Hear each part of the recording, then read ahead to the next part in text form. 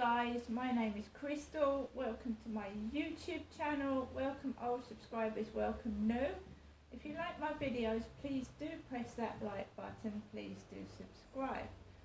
Alexa, what's the time, please? The time is 7:56 p.m.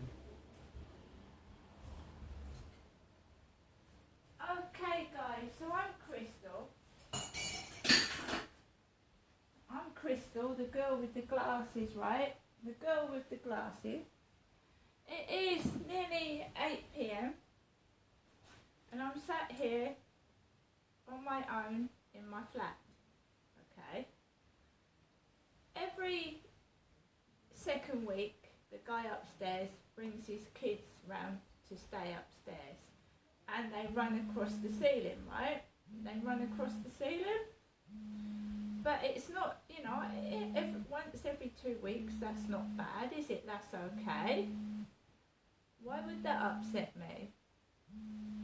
So I've heard a little bit of light footsteps, nothing major, and I've just carried on. This started about 5 o'clock this evening, 5 p.m. I don't have children, I live by myself, and I'm fine.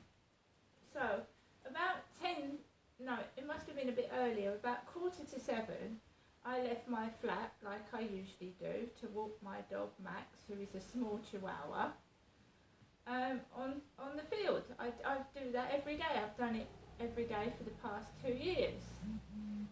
Walk my dog across the field. Now I hadn't had any flirt finder messages since I blocked somebody. Earlier on today, I blocked them because they keep doing the same thing to me. They're going off to have a shower. They were wishing they were here with me, so I blocked them. Right, so I was getting on with my business during the day, which is like I've eaten. I've made myself cups of coffee. I have been feeling a bit off colour.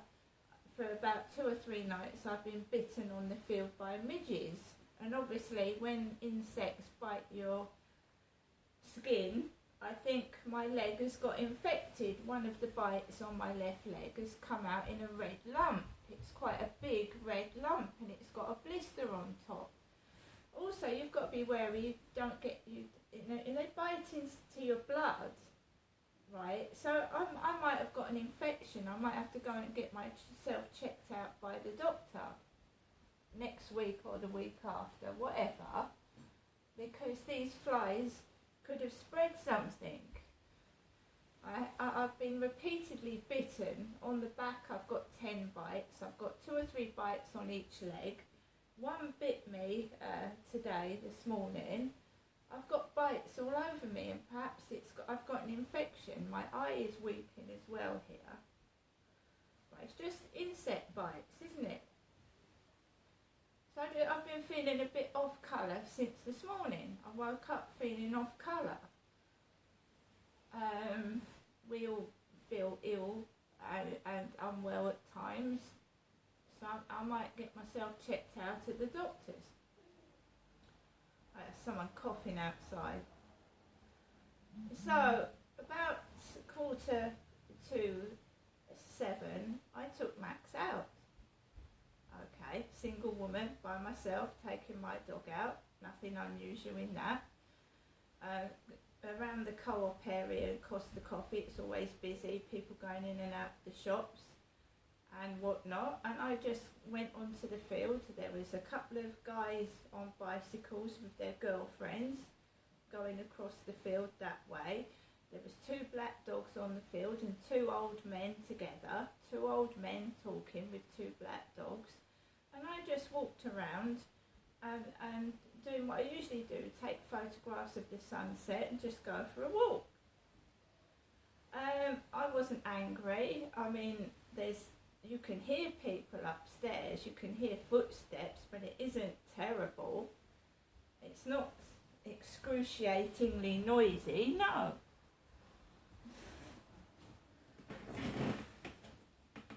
I like being by myself. I don't like being told what to do. And my mother's just rung me, funnily enough. So I get a message on Flirt Finder. I do.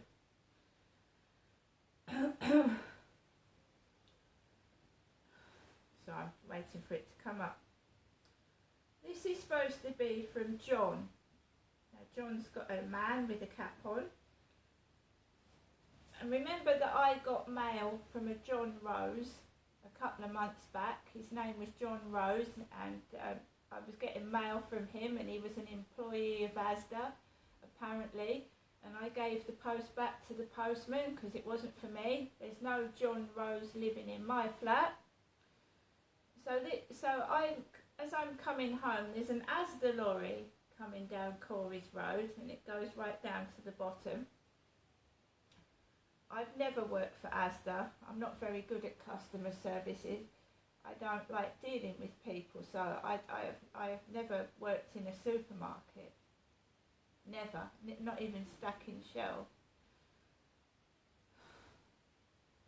So this John keeps trying to ring me. So he's got his kids upstairs. So my phone has kept going off and off and off. It just keeps going off and off and off and off. And if I answer the phone, it's going to disturb them upstairs, isn't it? And then we're going to get a load of noise and a bit of entertainment for people outside, right? So I'm keeping quiet. I'm not answering the phone.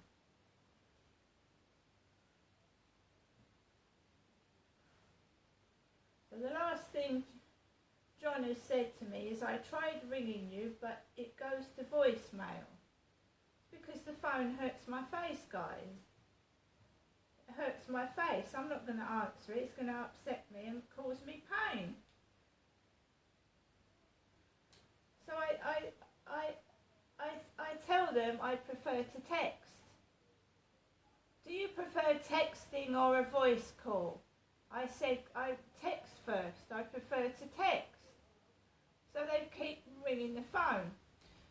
Now, my mother has now rung the phone. My mother, Jennifer, has now rung the phone after this John has kept ringing and ringing my phone.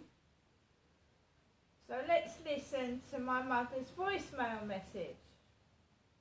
Let's call the voicemail.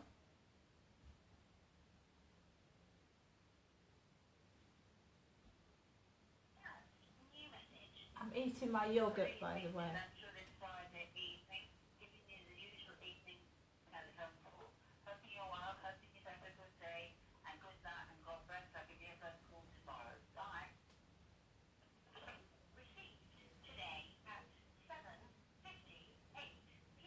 That was very short and sharp from my mother, Jennifer, asking me if I'm well. I wouldn't say it's anything serious. I just feel a bit under the weather because I've been bitten all over the place by midges.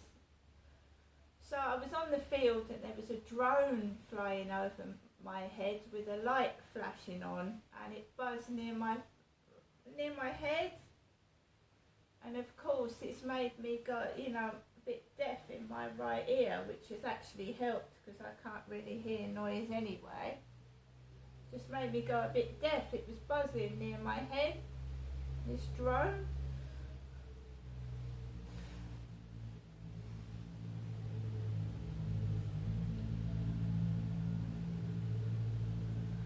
And so I'm now in my flat. A mobile number has given me 4 missed calls. Someone's asking if I'm well. He's got his family upstairs, but they're not at the moment that noisy. But if I keep answering the phone and making loud noises myself, it's going to start them off, you see. He's entitled to his privacy and I'm entitled to mine.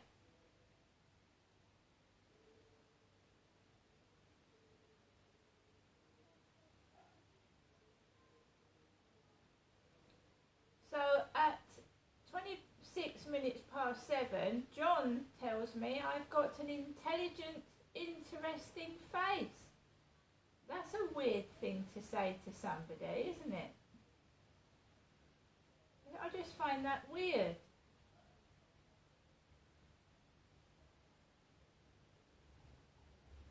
Right, guys. So obviously they've tried to annoy me so that I get cross and agitated and start his kids off, and then it's like a vicious circle. I get cross, I start shouting, they get cross and angry and then start making noise, and then I'm going to make myself ill. So I'm just sitting down, minding my own business. I was actually watching Baldy Foodie Guy's live stream before my mum rang. Baldy Food Guy, he's entertaining. He does a lot of food reviews from Iceland, and I remember getting some iffy food from Iceland a few years ago. I'm okay if I'm left to my own devices. I'm an adult, I can look after myself, and I feel that someone is purposely trying to make me feel ill so that I turn to them and need their help. And I won't, so I should call the doctor, or I'll call 111. If I get really sick, maybe the insects that have bitten me have infected my blood, I'll call the doctor. Or 111. Because I've got a piece in my diary about going up to my mother's and feeling worse when I came back afterwards.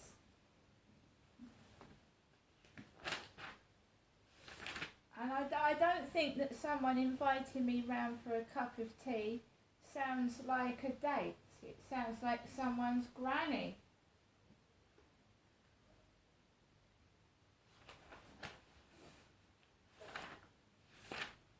Someone keeps coughing. It's catching.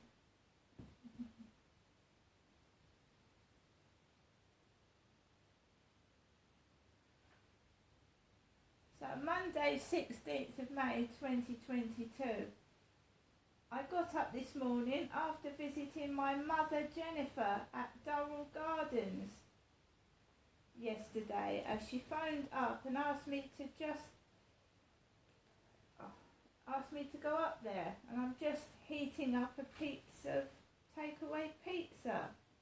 Fed the 2 cats and Max, had a coffee and a banana, then got ready to go out. I had kids' noise above me. I ignored it. There was yelling, loud feet stomping, and I'm ignoring it. I'm just trying to get on with my own life, but there's a connection. You know, my mum ringing, the noise starting.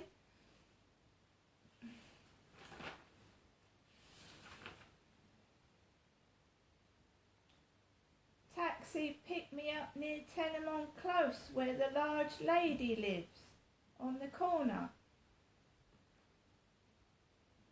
Drove me to Durrell Gardens.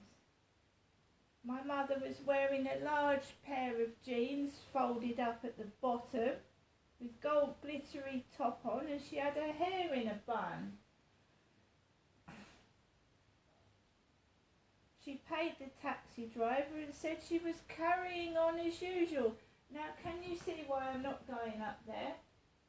Because I haven't been up there for 3 weeks. There's been no arguments, no trouble.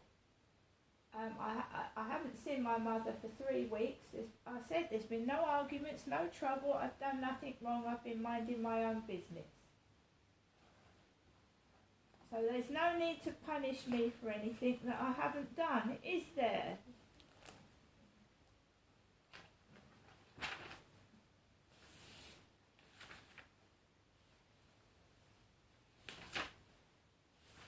And I don't care how I feel tomorrow morning. I'm not going up there.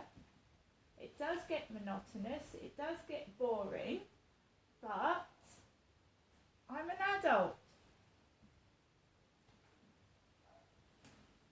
And I'm not Jennifer, I'm not an old lady, and I have to live like this because of idiots. Idiots. just being quiet. I'm watching YouTube videos. I've had a phone ring 4 or 5 times trying to disturb me. Then when that didn't work, they got my mother to ring the phone. I'm not 2 years old, you know. If I do get sick, I know who to call, and it won't be the Ghostbusters, it will be the doctors, won't it?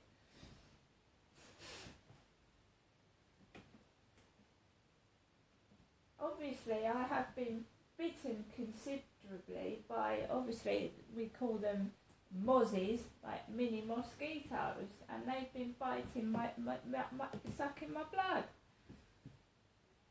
No wonder I don't feel very well. And that is because the council don't cut the grass.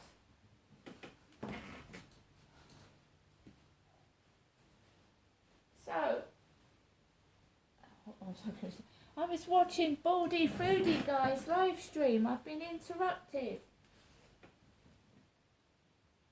Alexa, LBC Radio. LBC London from Global Player.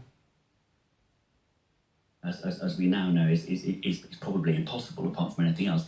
And it's the impossibility of that change and the false premises on which these practices are based that is what helps it amount to torture, because, of course, these things are set up to fail. So that's why they lead to the lasting damage that people are subjected to them experience. And, of course, also, often also don't procure the desired effect either, because they're based on those false premises about what causes people to be gay or to be transgender in the first place. When the government previously retreated on this or paused it, they specifically cited questions not so much about sexuality but around gender identity, and they said that there was the potential and the concern they had that they could inadvertently criminalise certain activity in schools and so on when they're with teachers and so talking to and having activities in relation to gender identity and potentially students or pupils being confused about their gender identity, and that they were worried about the potential unintended consequences of such legislation. What do you think about that argument?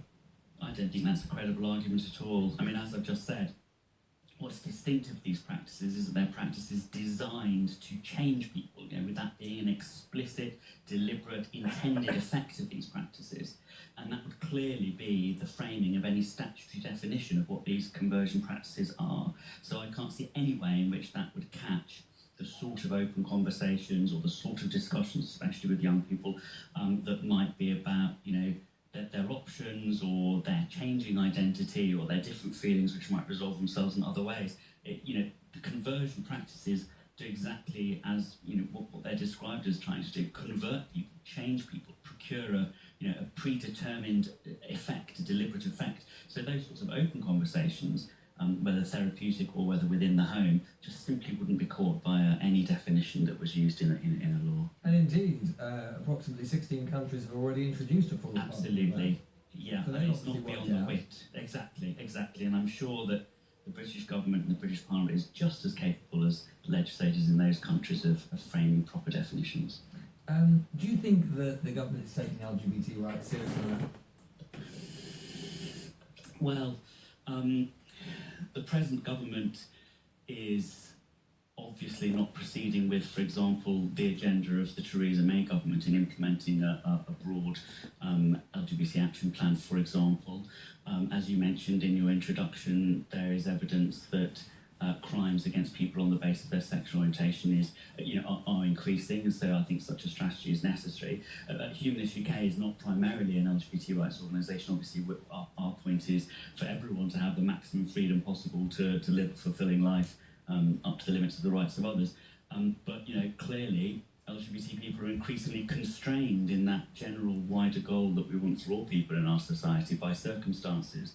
And by prejudice, and it would be difficult to say that the government is meeting that challenge at the moment.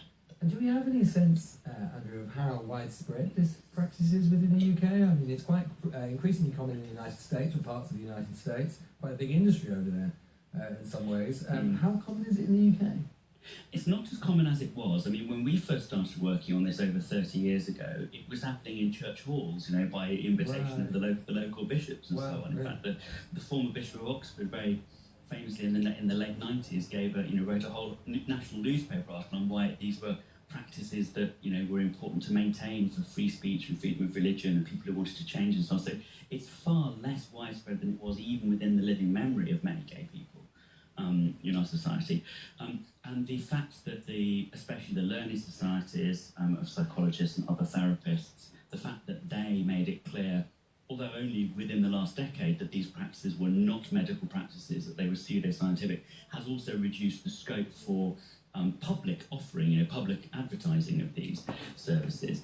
But those actions, of course, also push the whole thing underground, which make it very difficult to know how many people are undergoing it. Really, the only substantial evidence we have is the government's national LGBT survey that you referred to, which showed, as you said, that about 7% of LGBT people had either been offered or undergone this therapy. And that's probably what we're working with, although there will be people perhaps doubly vulnerable in marginalised religious or ethnic communities, very much under the control of their families perhaps, who are almost invisible even from surveys like that, who are being coerced to take up these practices, or have these practices done to them more accurately. And so, I think it's probably much more widespread than that 7%, but that 7% is still too high when there could be just a very easy banning of this that could be introduced in this Parliament, as you say. Andrew Copson there, Chief Executive of the campaign group Humanist UK, which is itself, as we were saying, part of the Ban Conversion Therapy Coalition. I want to talk to you about this issue. Why is it that the government isn't able, apparently, despite the fact that 16 other countries, including Brazil, Canada and Germany, despite the fact that Northern Ireland politicians have passed a non-binding motion calling for the ban on conversion therapy in all its forms, the Welsh government is seeking legal advice on whether it can introduce its own ban. In Scotland, the government has committed to introducing the legislation by the end of 2023. Why it seems to be that the Westminster government is dragging its feet, and whether that is a sign that they are simply not taking LGBT rights sufficiently seriously. How can it be the case that in 2023 we think it's okay for people or organisations to try and convert people out of their sexuality, or indeed potentially what they believe is to be their gender identity? 0345 6060 973, 0345 6060 973, text 84850, or via Alexa you can send a comment to LBC. You can send it to us and we will get it here, and I will read it out. We will be getting to... Right guys, so I'm going to get on with the rest of my evening. I've got some funny sensation in my ear, like it's buzzing after that drone flew near my head.